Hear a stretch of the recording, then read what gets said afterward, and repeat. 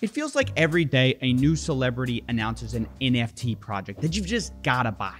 They hype you up, send you to a Discord group, and they promise you a roadmap, riches, and bitches. In other words, they promise you the world. That is, right up to the day of the mint. But I want to know what happens after that, after everyone buys in. What happens to the thousands of fans who just invested into their favorite celebrity? Do they go to the moon and get rich? Or do the fans lose money? That's what we're discussing today. I've gathered 20 celebrity NFT projects, and I want to take you on a where are they now journey. I didn't pick them ahead of time knowing which ones are doing poorly or doing well. And let me say ahead of time, this is not about, what is a scam, what's not. And I'm definitely not endorsing any of these projects. I just want to look at the facts. Like, how are all these projects doing? What was the price? What is the price today? And my hope is that by zooming out, we can get a macro view of whether it's a good idea to invest in celebrity NFTs in the first place. And we're going to start with Justin Bieber, who promoted a project called the In-Betweeners, which is a collection of bear NFTs. And it's the first thing you see when you click on his Instagram with 254 million followers. At an initial mint price of 0.27 Ethereum, the project has been pretty popular for the most part, even though sales have dried up a little bit, despite Justin continuing to support it. The current price is down about 30%, which in this market is decent and can be described as not a total disaster, which is more than I can say for our next celebrity example, Tekashi 6ix9ine. 6ix9ine is known for many things. He's known as being a rapper in the most technical of senses. He's known as being a snitch in the most legal of senses, but he's also known as being a serial NFT promoter. He's one of the few people on this list, actually, who's promoted multiple projects. The first one, Trolls, had an initial mint price of 2 Solana, but Trolls was accused of being a scam when 6ix9ine didn't deliver on the promises. Big shock. And it quickly plummeted to 1% of its original price, and even Tekashi 6ix9ine admitted it was basically a cash grab, but that his next project, called Gene, would be different. I know a lot of you guys are wondering what happened with 6ix9ine's last NFT project. I want to first start off by saying I apologize. I apologize because I jumped in to the NFT community without knowing what an NFT was. I didn't know what an NFT was. I didn't know what crypto was. I wasn't well informed. It was a paid partnership that I took advantage of, and I said, you know what, let me get into something that I don't know that much about. So to all my fans who joined that, I extremely apologize for that being done. What makes this so different, what makes Gene NFT collection so different, is that it's not a paid partnership. This is my brand. So with all that said, was Gene different? How did it do? Well, not great. The original price was 0.22 Ethereum, which you can now buy for 0.035 Ethereum. So the price has fallen by like 85%, and things aren't going well. It looks like more of the same. Now, for the record, the reason I'm using Ethereum and Solana prices instead of pricing everything in US dollars is because with crypto crashing, I want to eliminate the fluctuations in the crypto market as much as possible. I think it's unfair to say this NFT costs $4,000, now it costs $2,000 without acknowledging, okay, well, Ethereum has fallen by 50%. So the idea is by pricing everything in the currency it was bought in, we can ignore these fluctuations and focus on actually how the project did. And with that said, let's talk about one of the worst celebrity NFT projects this year, Lana Rhoades' CryptoSys. Now, we've kind of covered this in detail already. CryptoSys was a hot mess and not the kind people were expecting. There were too many promises, way too many disappointments. And at a mint price of 0.1 Ethereum, the project is now down over 99%. And what did Lana Rhoades do about it? She accused her followers of being too negative and said they put her in a bad headspace, and she's left the internet because of it.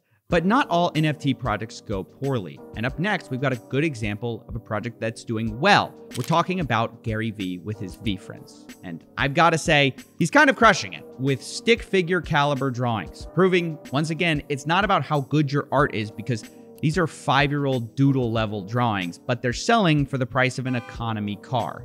With a mint price between 2.5 Ethereum and 0.5 Ethereum, early investors are very happy. Their investments are up several 100%. I think they're selling for like over 6 Ethereum now. And I think the X factor is obviously Gary Vee himself and the project's exclusive access to VCon, which is an NFT event he throws every single year. Now, as a quick reminder, I'm not endorsing V-Friends. I don't think you should go buy one. Just because the price went up before doesn't mean it will continue to go up. And our next celebrity is a great example of this. Reese Witherspoon is a famous actress who promoted the NFT project called World of Women with a media deal to produce movies and TV shows.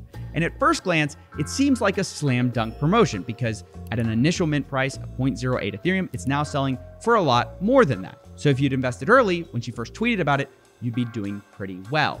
However, her biggest announcement came in the middle of February, which is actually near the top of the price of World of Women. So if you had invested then, you'd basically be down 75% of your original investment, which makes this project a good example of it's not what you buy, it's also when you buy it. Now, keeping with this theme of female celebrities in crypto, we're going to move on to our next example, Lindsay Lohan. She promoted something called the Canine Cartel NFT, which is a dog NFT minting for 0.05 Ethereum. Fast forward to today, Lindsay has deleted her tweet promoting it, and the project is down 90%. Now, this whole thing of delete and distance isn't exactly an original idea. Many celebrities have figured this out. It's what John Wall did, who's a basketball player who created the Baby Ballers NFT, which we've also talked about. Its website is now deleted, but originally it was minted for 0.15 Ethereum and is now also down 90%, with most investors being unable to sell their NFTs at all. And this is just kind of a recurring trend. Athletes and bad NFTs really go well together. Our next celebrity, Tyson Fury, follows the same pattern. He had a collection that minted for $330 to $550, and it's unclear if you can even sell these now because basically no one wanted them in the first place. Only a few hundred sold, so he didn't make a lot of money. But you know who did make a lot of money? Floyd Mayweather.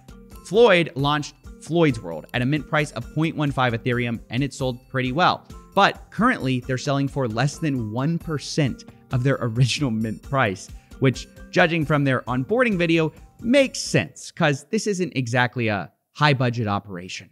Welcome, everyone. Do you want to learn how to gain access to Floyd's World? It's easy. Just follow me. Honestly, no, I think I'm good.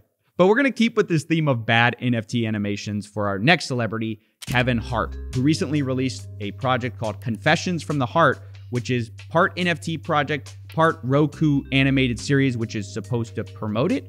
Except the Roku animated series is like almost indescribably bad for someone who has access to millions of dollars. This is when I realized you just don't know who people are. It looks like a college student's project or something. And if Floyd's animations are so bad, they're almost funny, Kevin Hart's animations are so bad that they aren't funny at all. The only thing that might be funny is this project's current price. It's down already 50% in only a month, which it's just rough. I mean, what did you expect, guys? Mike Tyson is up next with a personal NFT collection, which he sold for 0.15 to 0.5 Ethereum. Not much to say here. The prices are considerably down from its all-time high in September. And I'm sure you've noticed sort of a trend here where projects have a boom and then a bust. They initially get hype, they get sales, and then over time, the celebrity and the holders just kind of lose interest in the NFT. And that kind of makes sense. It's hard to maintain that initial hype, no matter how good the intentions.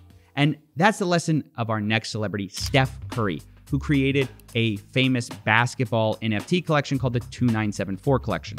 And it was a big deal because he said that 100% of profits would go to charity, which sounds great. But at an initial mint price of $500, the initial hype was high, and now the price is significantly lower than that, and sales are mostly dead.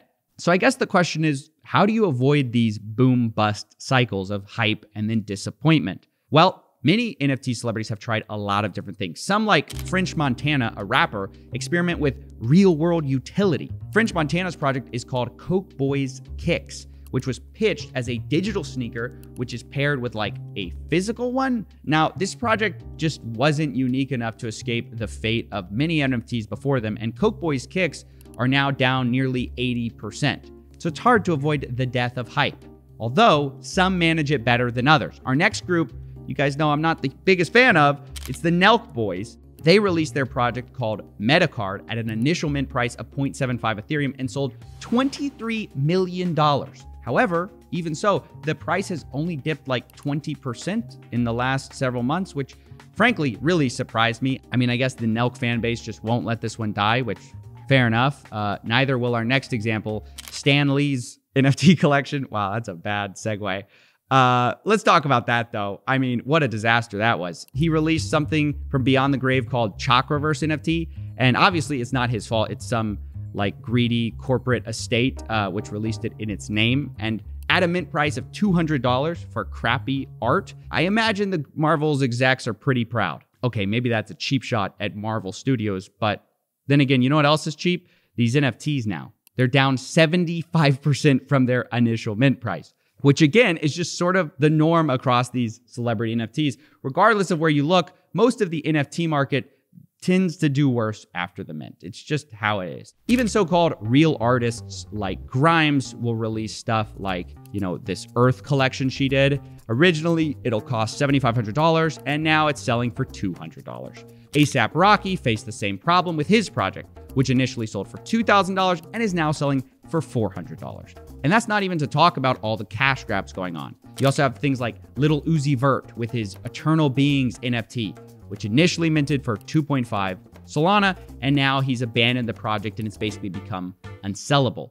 These abandonments happen all the time too, because you have people like Jake Paul. He releases the Sacred NFT project or partners with it, and now he abandons it and it's down 90%. So not only do you have to worry about the general problem of hype dying, you also have to worry about your celebrity just abandoning the project in general.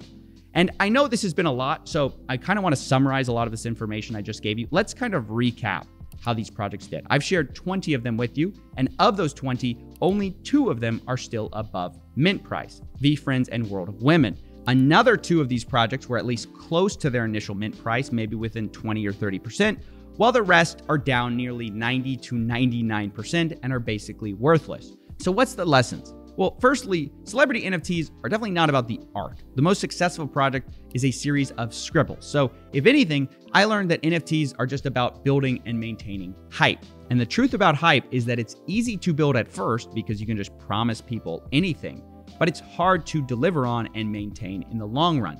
The other lesson that I learned, which I haven't talked about much, is that there's an asymmetric risk to buying NFTs. Because while the average investor of these NFT projects has lost a lot of money, all the celebrities who delivered on them made money. I mean, it's very easy to make money selling an NFT because you can make them for cheap and sell them for hundreds to thousands of dollars, which means that while it's a big risk for you as a buyer, it's not a risk at all for the celebrity, which might be why they like them so much. And for these reasons, and the general risk of scams and rug pulls, and the fact you'd be relying on a celebrity for your financial well-being, I'd have to say celebrity NFTs are a bad bet. I jumped in to the NFT community without knowing what an NFT was. I didn't know what an NFT was. I didn't know what crypto was. I wasn't well informed. Which I guess, did I really have to prove that in the first place? No, you probably already knew that, but I think it was interesting taking a look at the life cycle of these different NFT projects, and I hope you've learned something.